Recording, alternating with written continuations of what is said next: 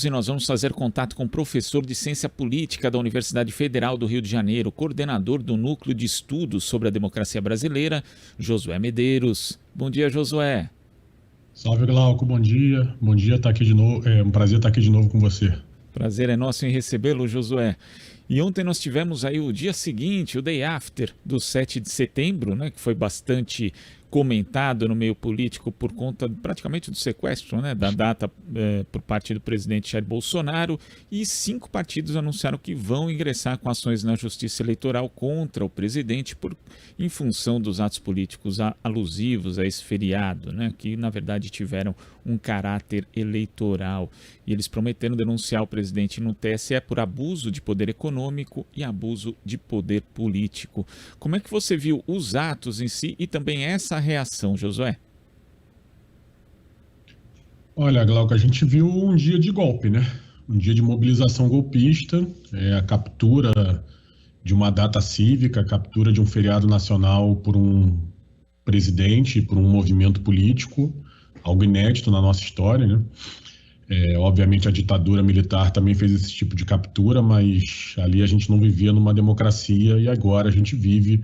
Então chama muita atenção, né? O fato se torna muito grave.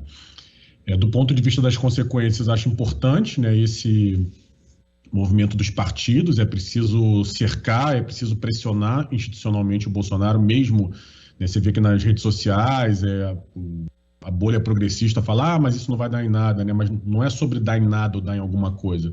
É sobre você reagir, fazer movimentos, né? Mobilizar instituições, setores sociais, porque um dos elementos do dia golpista do Bolsonaro é o isolamento dele. Ele estava muito sozinho lá nessas manifestações, né? Com o seu movimento, mas sem candidatos a governo com votação expressiva nos estados mais importantes, sem o presidente da Câmara, sem o presidente do Senado, sem nenhum ministro do STF. Então é importante registrar esse isolamento e reforçar isso, que é a reação que os partidos estão fazendo aí de pressionar, de denunciar. Acho bem importante. Eu acho interessante quando você toca nesse aspecto, Josué, mas não vai dar em nada, então nem adianta, até porque muita gente estava especulando que Bolsonaro quer isso mesmo, né? Quer de repente ter a sua chapa impugnada ou uma punição mais severa para sair dessa situação como vítima diante aí de uma derrota eleitoral que parece cada vez mais certa. Mesmo assim, não dá para dar carta branca para uma pessoa praticar todo tipo de ilegalidade, inclusive isso que na verdade vem ocorrendo desde que o presidente assumiu. Aliás, não só desde que ele assumiu, mas desde quando ele era deputado, né, Josué? Pois é, acho que tem uma coisa que né, as pessoas progressistas que pensam política, que se impactam com o que está acontecendo no país, né, de modo muito justo, muito legítimo. Desde que o Bolsonaro ganhou, começou a ter uma forma de raciocínio que é como se tudo que o Bolsonaro fizesse desse certo para ele, né? Então, se o Bolsonaro age de um jeito e a gente reage, é bom para ele, mas se a gente não reage, também é bom para ele. E não funciona assim, né? Ele não tem o controle absoluto das variáveis, ele não tem o cálculo completo. Aliás, 4 anos de Bolsonaro mostram para a gente que ele calcula muito pouco, né? Na verdade, ele tem sempre a mesma batida, sempre a mesma lógica, sempre a mesma pegada. Então, se ele calculasse muito, ele mudava mais, né? E aí, nesse caso, foi o que você falou. Se ele tem trânsito livre para fazer o que quiser, é óbvio que ele avança mais. E que a reação, por mais que ele use isso depois com a própria base para se vitimizar, mas a reação freia, barra, né? De alguma maneira, ainda que bem limitada. E se a gente tivesse feito isso desde que ele é deputado e ameaçou matar o Fernando Henrique, por exemplo, talvez a gente estivesse numa situação diferente, né? Inclusive não só nesse momento, mas também no voto dele pelo impeachment da ex-presidenta Dilma, em que ele homenageou um torturador reconhecendo a tortura, né? Ao falar ali que o coronel Brilhante Ustra era o pavor de Dilma Rousseff, porque antes, né, Josué, a gente tinha ali na pós-saída na redemocratização, pessoas que vinham da ditadura negando que houvesse tortura, ou então falavam, olha, mas isso era episódico, não era uma política de Estado, eram agentes que faziam. Hoje não. Hoje o Jair Bolsonaro ele representa uma virada nisso, porque se assume a tortura e se homenageia a tortura, Josué. Exatamente, né? O histórico do Bolsonaro no Congresso é de a cada legislatura avançar mais nessa explicitação, né, da violência como um método legítimo de resolução dos conflitos, ou seja, em substituição à democracia, né, que é um regime do diálogo, do pacto. Então teve esse episódio em que ele disse que metralhava o Fernando Henrique, que era então presidente, o episódio em que ele disse que a deputada Maria do Rosário merecia ser estuprada, e as constantes falas em defesa da tortura, que o voto dele no golpe parlamentar contra a presidenta Dilma é a expressão máxima, mas não foi a única, né? Ele fez essa fala várias vezes. E a gente assistiu a isso, né? Obviamente que as bancadas parlamentares, democráticas e de esquerda protocolavam denúncias no Conselho de Ética, mas não é sobre denúncia de um setor, né? É sobre como as instituições deveriam parar ali e falar, ó, isso aqui é uma linha que não pode ser cruzada, e a gente nunca fez isso. Então, parte do processo pós-eleição, caso, né, a gente consiga confirmar aí a vitória de algum presidente democrático em 2 de outubro, ou 30 de outubro, né, no segundo turno, e depois a posse, como é que reorganiza, como é que refaz nossos pactos para que esse tipo de manifestação autoritária e repugnante não seja permitida. Agora, você falou do isolamento de Jair Bolsonaro, né? E ele ontem cancelou a ida ao evento de comemoração do bicentenário da independência no Congresso Nacional, uma solenidade que reuniu ali autoridades dos poderes da República, também de outros países, e a ausência dele recebeu críticas, e a postura também do ex-capitão nos eventos de quarta-feira, em homenagem ao 7 de setembro, também foram citadas na ocasião. Isso evidencia ainda mais esse isolamento que estava ali bastante evidente no palanque do desfile cívico-militar do próprio dia 7 de setembro, Josué? Evidencia sim, Glauco. Acho que a gente tem algumas demonstrações desse isolamento, né? A gente não teve nenhuma manifestação de ninguém importante do judiciário a favor dele, então isso é bem importante. A mídia como um todo, tanto a mídia alternativa progressista quanto a mídia empresarial, que costuma dourar mais a pílula, né? Também não teve ninguém passando pano, digamos assim, a expressão da moda.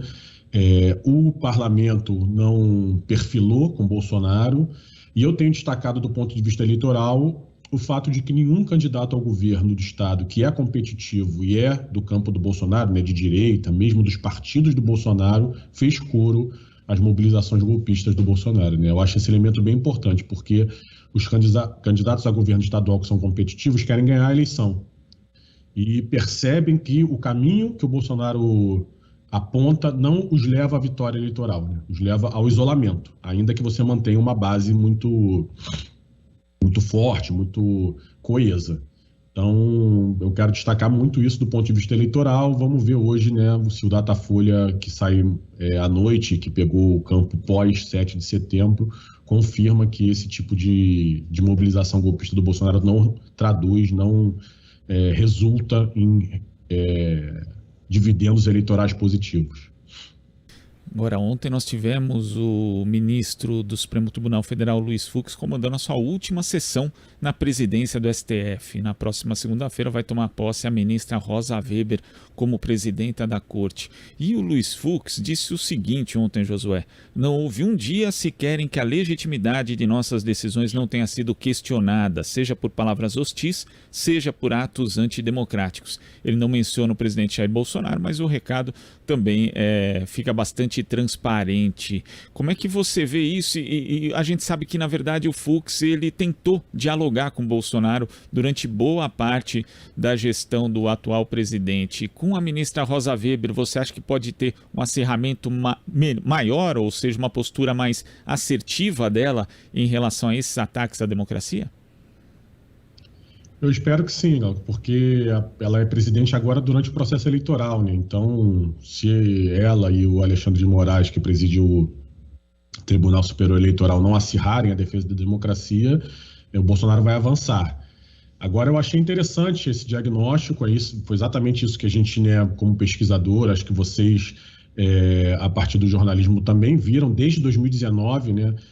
O Bolsonaro atacou as instituições. Eu acho muito importante frisar desde 2019, porque em algum momento pareceu que ele só fez isso quando a pandemia começou, e não é verdade. Ele já estava fazendo isso desde o primeiro dia de governo.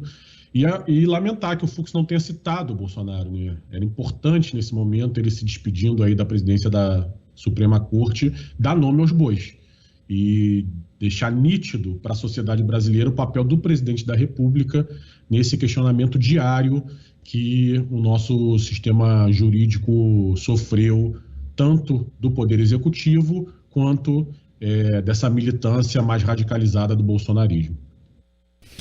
E, Josué, ontem também o ex-presidente Lula falou num evento em Nova Iguaçu, no Rio de Janeiro, dizendo que o público do 7 de setembro de Bolsonaro parecia a Ku Klux Klan, né? E chamou o presidente de Bozo, inclusive, né?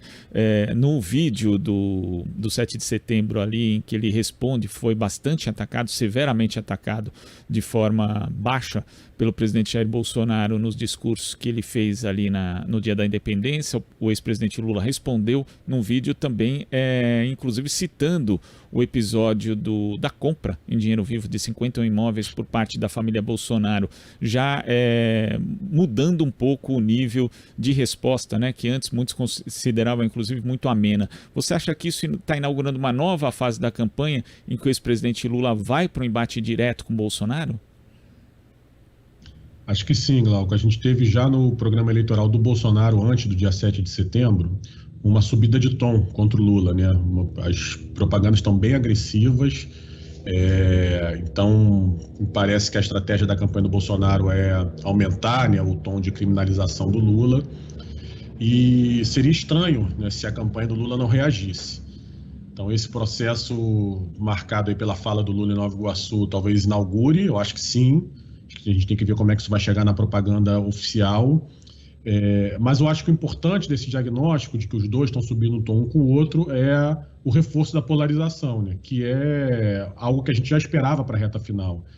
Tem que lembrar que a gente já está com um alto índice de pessoas com decisão de voto, né? 75% das pessoas, em geral, nas pesquisas, dizem que já decidiram o voto para presidente.